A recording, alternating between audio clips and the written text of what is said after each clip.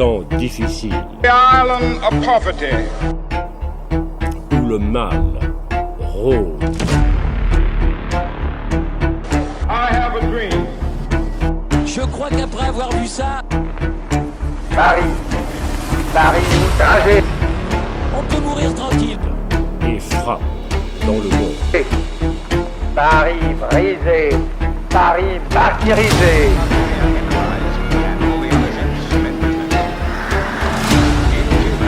Faites que la Providence veille sur la France.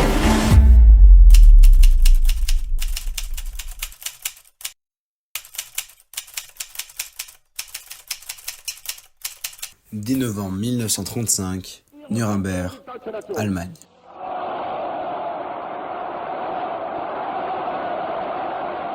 C'est sous une pluie d'applaudissements que le nouveau Führer est acclamé.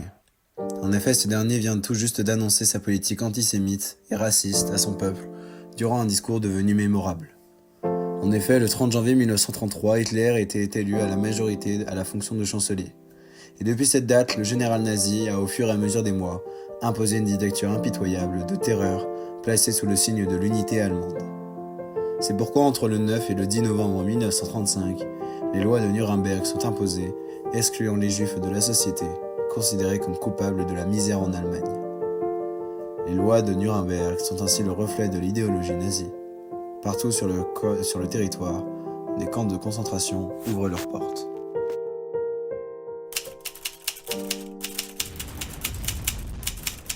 « 1er septembre 1939, frontière Pologne-Allemagne. Hitler continue son expansion en Europe.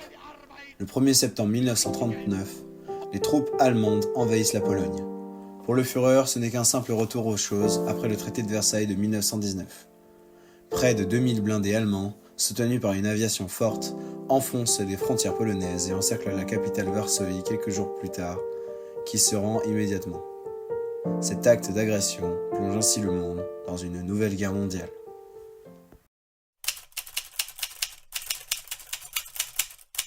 « 9 septembre 1939, Marseille, camp des Milles. C'est dans une petite usine désaffectée que l'histoire du camp débute.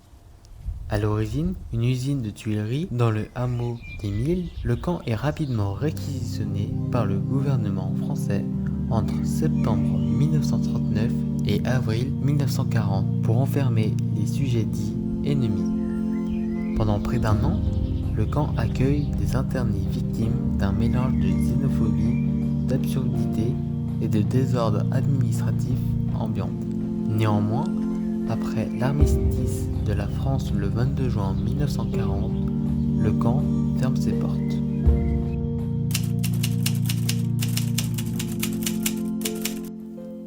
Juillet 1940, Marseille, camp des Milles.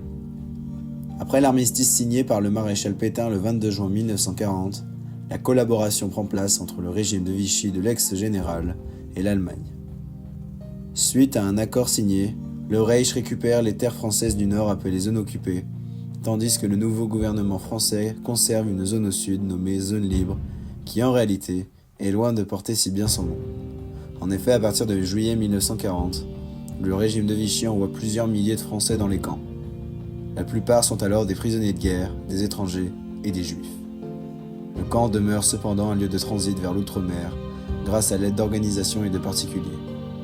Malheureusement, à partir d'août 1942, la collaboration se resserre entre Vichy et Berlin.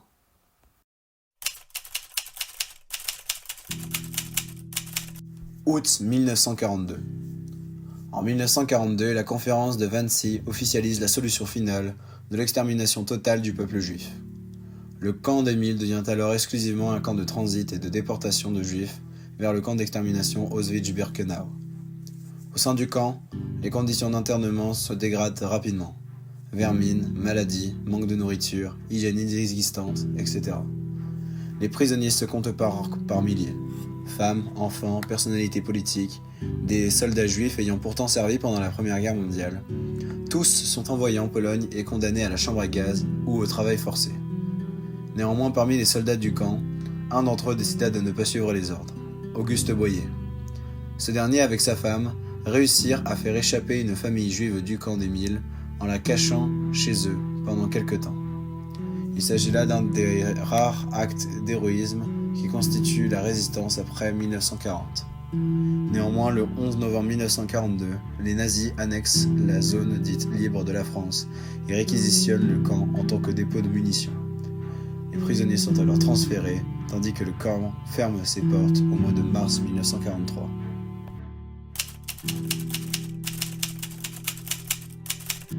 « 1982-2012 » La guerre contre l'oubli.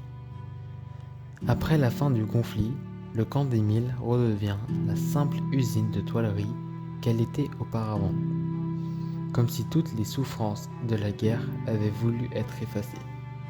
Cependant, au fur et à mesure des années, des témoignages d'anciens résistants et déportés apparaissent afin de garder une trace des atrocités de la guerre.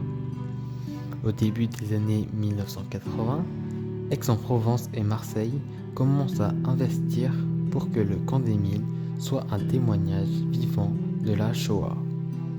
Ainsi, la salle des peintures murales est classée monument historique en 1993, une salle où les déportés ont exprimé leur art à travers les murs d'un des réfectoires du camp.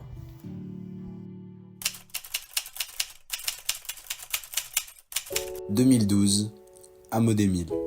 Le camp d'Émile est devenu aujourd'hui un site mémorial à partir de l'été 2012. Il raconte l'histoire des internements, des déportations durant la Seconde Guerre mondiale et des conséquences du conflit. Divisé en 3 volets, la visite du camp d'Émile présente un premier centré sur l'histoire du camp et de la guerre, un deuxième sur les traces laissées au sein du lieu par les anciens déportés, et un dernier volet qui apporte une réflexion à visée éducative pour comprendre comment de telles choses ont pu arriver. Ainsi, le camp d'Émile est devenu aujourd'hui un lieu contraire à ce qu'il était jadis, un lieu d'échange, de partage, où le respect de l'autre et la fraternité sont enseignés et priment sur l'individualité. Tout cela dans le but que de telles atrocités ne se reproduisent plus jamais.